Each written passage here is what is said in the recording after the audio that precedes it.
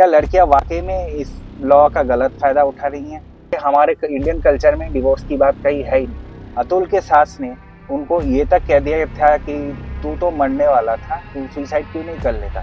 तेरे मौत के बाद तेरे प्रॉपर्टी का एक हिस्सा हम लोग कब्जा कर लेंगे। ऐसे लॉज को लाने की सिफारिश की गई थी, बट वो अभी तक आए नहीं। कई सारे लड़कों की जिंदगी बर्बाद हो रही है। Justice for men, men too, ऐसे हैशटैग्स आपने सोशल मीडिया में हाल ही में बहुत देखा होगा। बेंगलोर में अतुल सुभाष के मौत के बाद कई सारे मेंस ग्रुप बहुत हाइपर एक्टिव बन चुके हैं।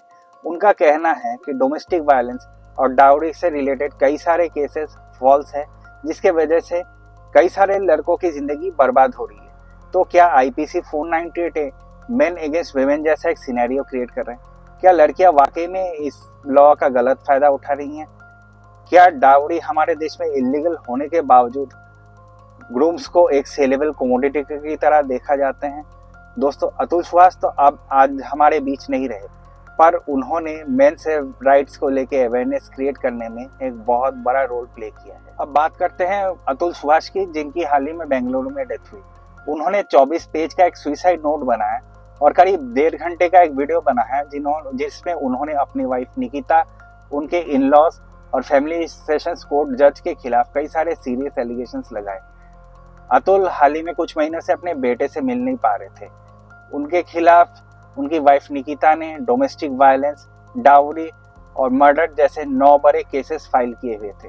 बेंगलोर में जॉब करने के अलावा उन्हें बीच बीच में जौनपुर भी कोर्ट के सेशंस अटेंड करने जाना पड़ रहा था। पिछले 2 साल में ऐसे 120 सेशंस जौनपुर कोर्ट में हुए, जिसमें से 40 अतुल ने अटेंड किए थे। उनको हर महीने 40,000 रुपए एज मेंटेनेंस अपने वाइफ को भी देना पड़ रहा था। अतुल के सास ने उनको ये तक कह दिया था कि तू तो मरने वाला था, तू सुसाइड क्यों नहीं कर लेता? तेरे मौत के बाद तेरे प्रॉपर्टी का एक हिस्सा हम लोग कब्जा कर लेंगे। उनकी आखिरी इच्छा यही थी कि अगर उन्हें जस्टिस ना मिले तो उनकी अर्थिया कोर्ट के बाहर किसी गटर में बहा दी जाए। अभी हाल ही में केरला में हुए एक स्टडी के मुताबिक इंडिया में जितने भी सुसाइड्स होते हैं, उनमें से करीब 77% सुसाइड करने वाले मैरिड ही होते हैं और इनमें से 80% मैरिड मैन होते हैं। अगर हम इनको विडोड और डिवोर्स लोगों से कंपेयर करें तो वो रेशियो ना के बराबर। अभी हम आपको एनसीआरबी के कुछ रिपोर्ट शेयर करके बताते हैं। 2022 में इंडिया में 4237 मैरिड मेन ने सुसाइड की मैरिज रिलेटेड कॉजेस के वजह से।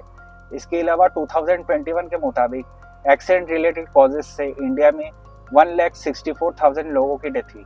इनमें से करीब 81,000 मैरिड मैन थे और 29,000 मैरिड वुमेन। अगर हम आईपीसी सेक्शन 498A की बात करने हैं तो इधर हमको वुमेन से रिलेटेड भी कई सारे फैक्ट्स एंड फिगर्स के बारे में बात करनी पड़ेगी। नेशनल हेल्थ सर्वे के 5th राउंड के मुताबिक इंडिया में 18 to 49 के एज ग्रुप के करीब 30% वुमेन ने कभी ना कभी अपने जिंदगी में डोमेस्टिक या सेक्सुअल वायलेंस का प्रॉब्लम सहा है। पर प्रॉब्लम यह है कि इनमें से 87% ने ऐसे केसेस कभी रिपोर्ट किए ही नहीं। 498 क्यों बनी थी? 1983 में सेक्शन 498 आईपीसी में इंक्लूड इसलिए की गई थी ताकि वो औरतें जो अपने पति या अपने ससुराल वालों से शोषित होते हैं, उनको एक वॉइस मिले। पर कई बार ये डेटा अंडर रिपोर्ट होते हैं। जो नॉन एंटिसिपेटरी बेल वाले केसेस होते हैं, जिसमें कोर्ट में केस फाइल होने से पहले किसी ने बेल के लिए अप्लाई कर लिया हो, एनसीआरबी में वो डेटा नहीं रहता।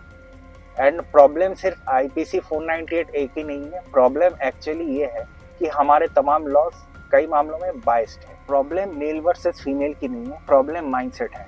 ये प्रॉब्लम हम सालों से फेस कर रहे हैं। मेरे ख्याल से 2 तरीके से इनका सोल्यूशन हो सकता है। सबसे पहला, प्रीनuptial एग्रीमेंट। ये एक ऐसे तरीके का